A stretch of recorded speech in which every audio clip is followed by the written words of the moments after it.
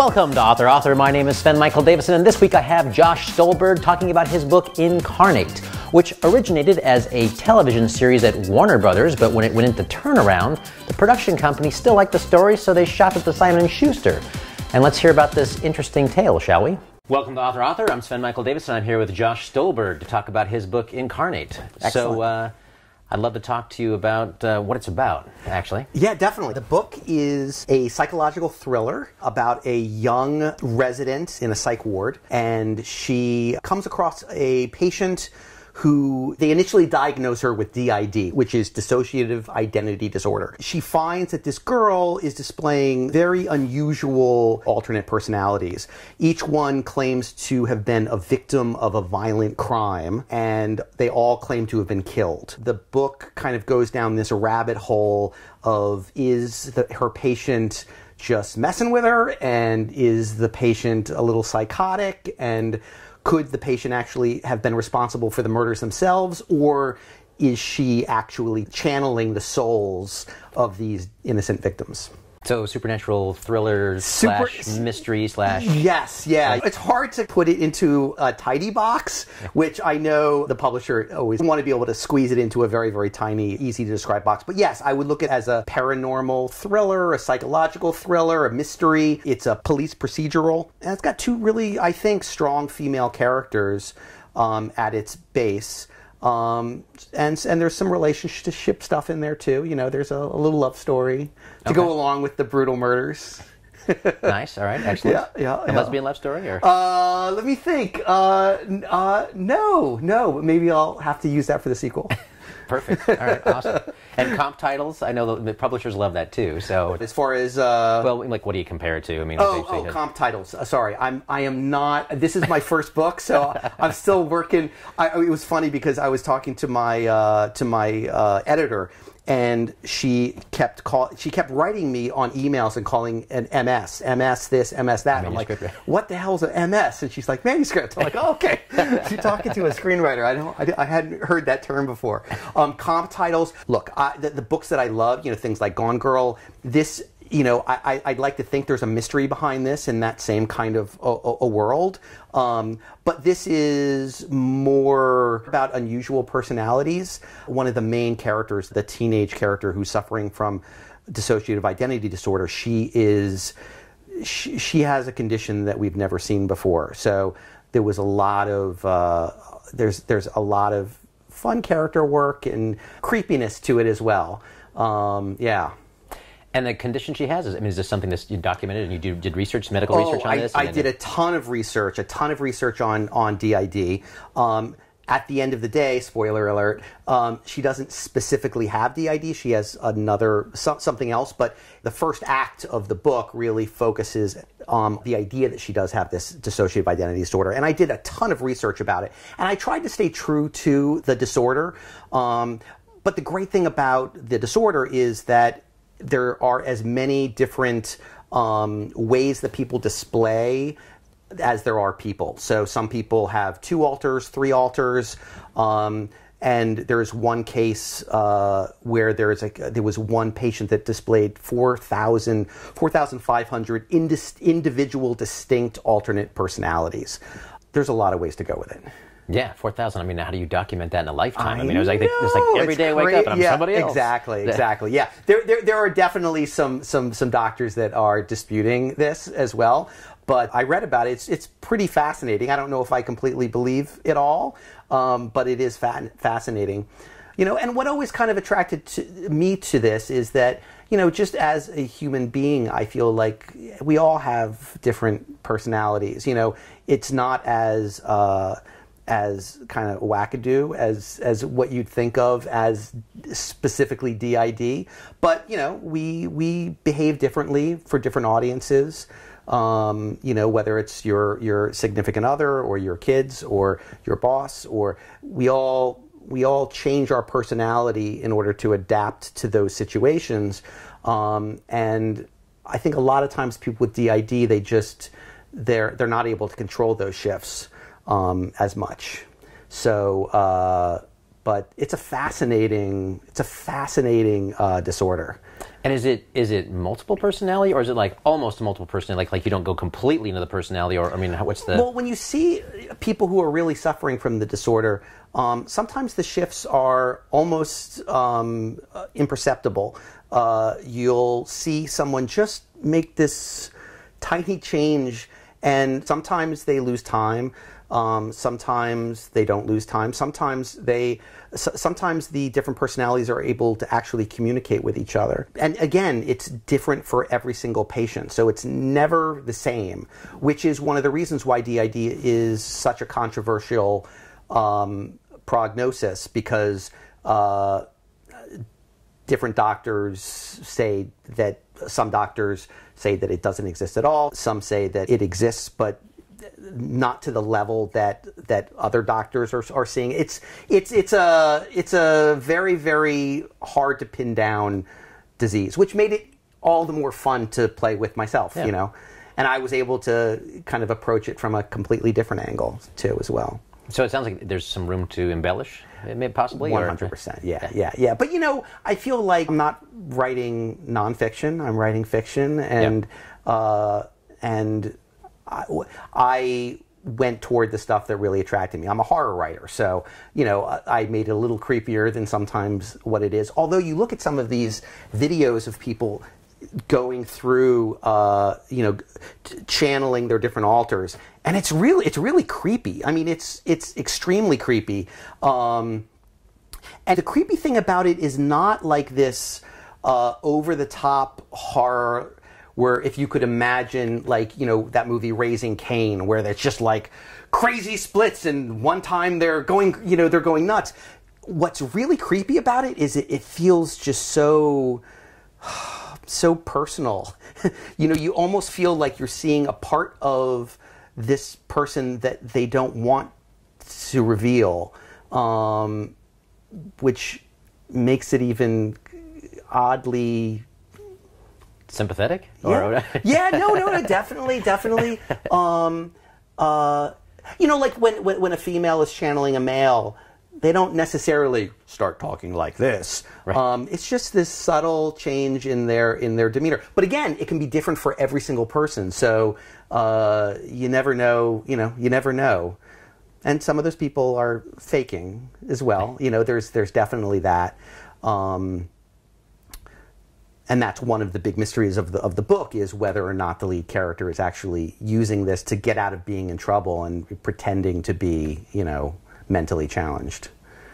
And so you got to watch video of these people. Did you find this? Yeah. Did you talk to a therapist? I mean, how did you get hold of video, or is it on YouTube? There's an amazing HBO documentary, and I believe it's called Split Personality? Okay. I don't know. Maybe you'll have to look at that and put it a little chyron underneath while we're talking what it's actually called. But there's this amazing kind of undercover HBO special from 20 years ago that followed several different patients, and it's heart-wrenching what they're going through, but also just fascinating. It's just incredible to me. And it's what I love about writing. It's what I love about filmmaking, is just how complex the mind is, and how, you know, it does things to fool us. And it's the same mind that when you're in a theater, in a dark theater, and you're watching a movie, that you can actually be scared, because you look around, you see the exit signs, you see, you know, you're eating your popcorn, you're drinking your drink, and that you're able to let your mind fool you into thinking that it's about to die. You know. That's what I love about filmmaking as well, and that's what I love about you know, when you're reading that great book and you're up at 2 o'clock in the morning and you can't put it down, and you know you have to go to work in the morning and take the kids to school at 6 o'clock in the morning, but it turns into 2:30 and then 3 and then 3:30, and you can't put it down, and you're just throwing yourself into that world. That's what I love about writing and reading and making films. Are you more of a psychological horror writer, or do you like the monster aspect of it, or is there a certain aspect that you love more than another? Or well, I grew up, the first movie that I became obsessed with was Halloween, John Carpenter's Halloween, and I remember there was a party going on, and my parents were in one room with their friends, and the teenagers were off in another room watching Halloween. And I think it was actually Halloween night. And I remember being this little kid and sneaking and kind of looking over the couch and watching this thing happen.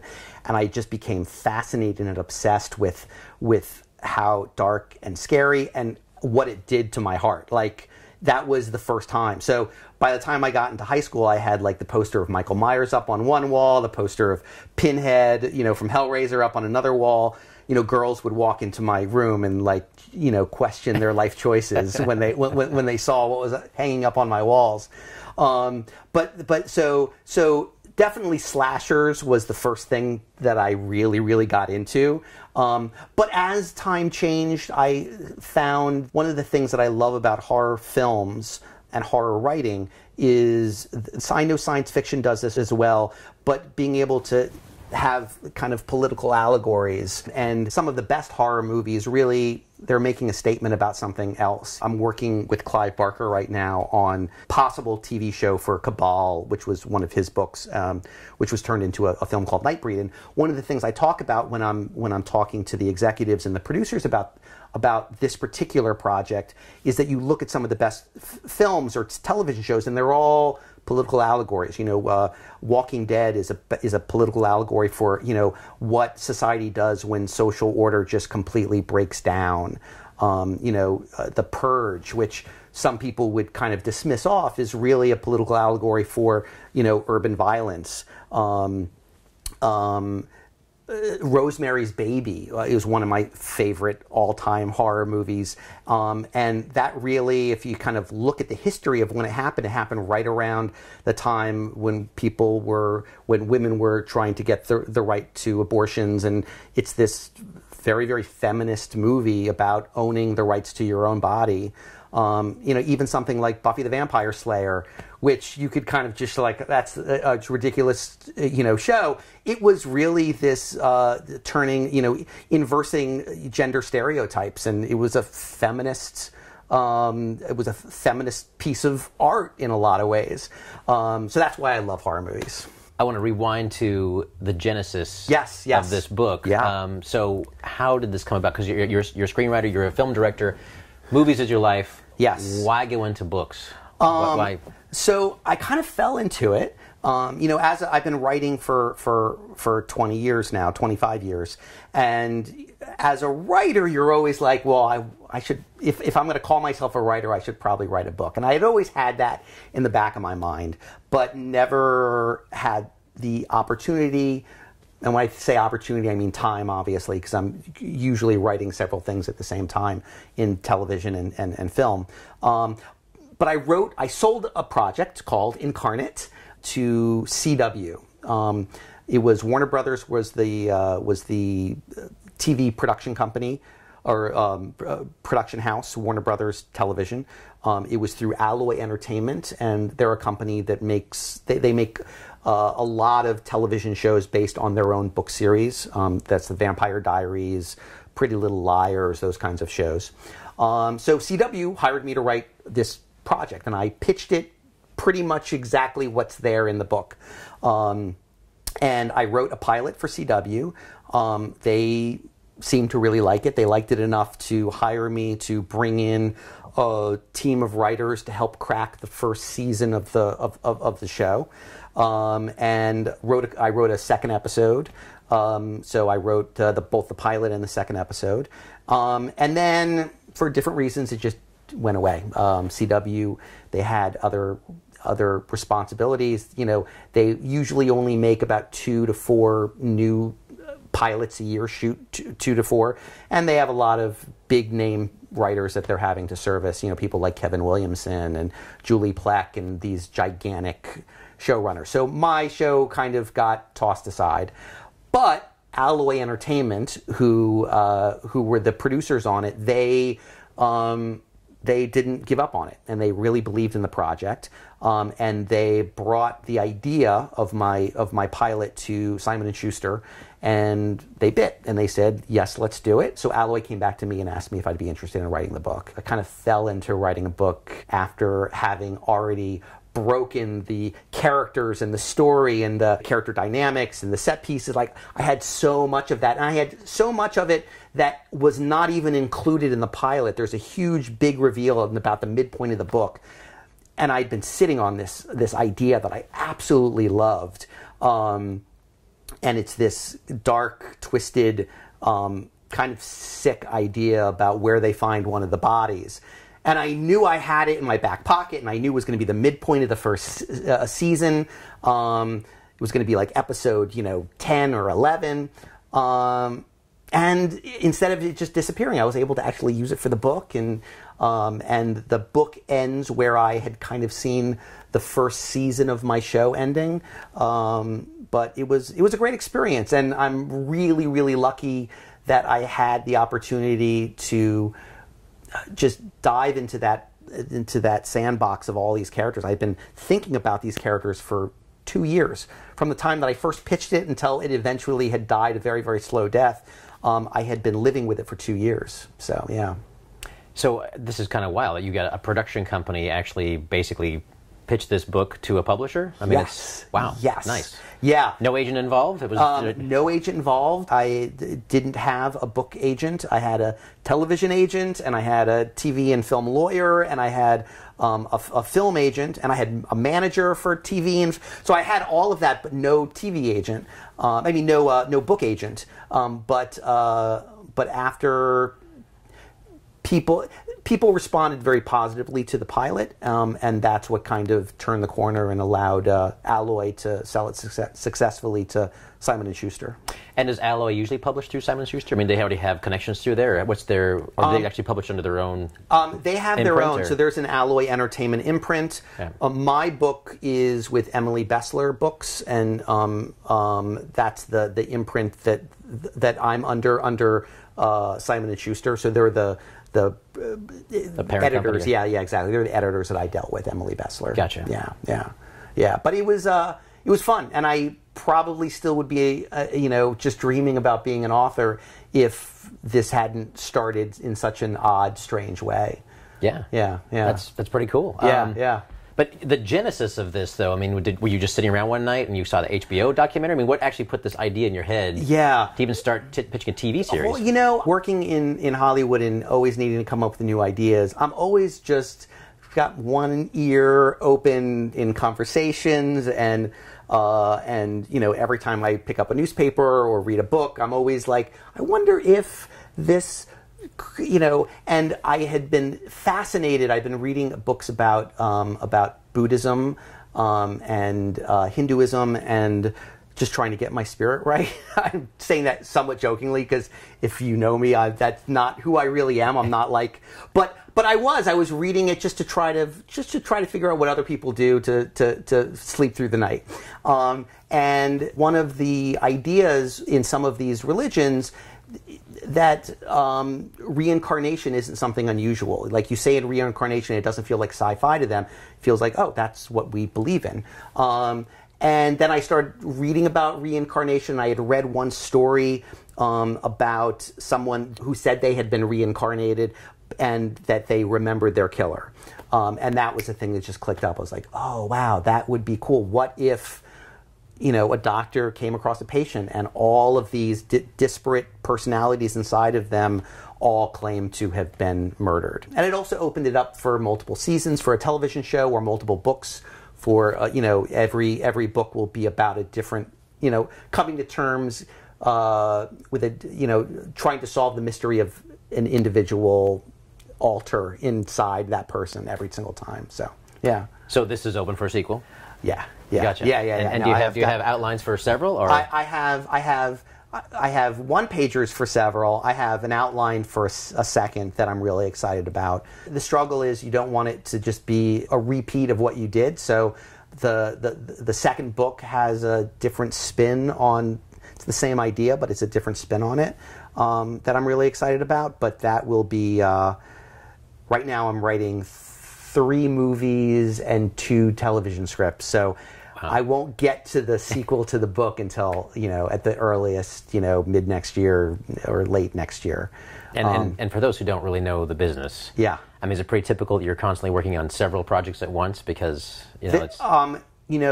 As a, you take the jobs you get offered, and there are years that, I struggle and, I'm really working hard to find that one job. And then there are some years that it just seems to happen. And I don't, there's no rhyme or reason to it. This year just happens to be a really, really, really busy time for me. And the other kind of cool thing is I'm working on so many very, very different kinds of projects at the same time too.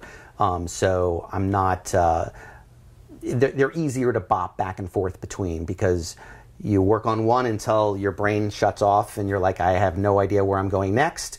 And you can put that aside for 2 days and pick up the next one, and hopefully you're fresh and, able to focus on the new project.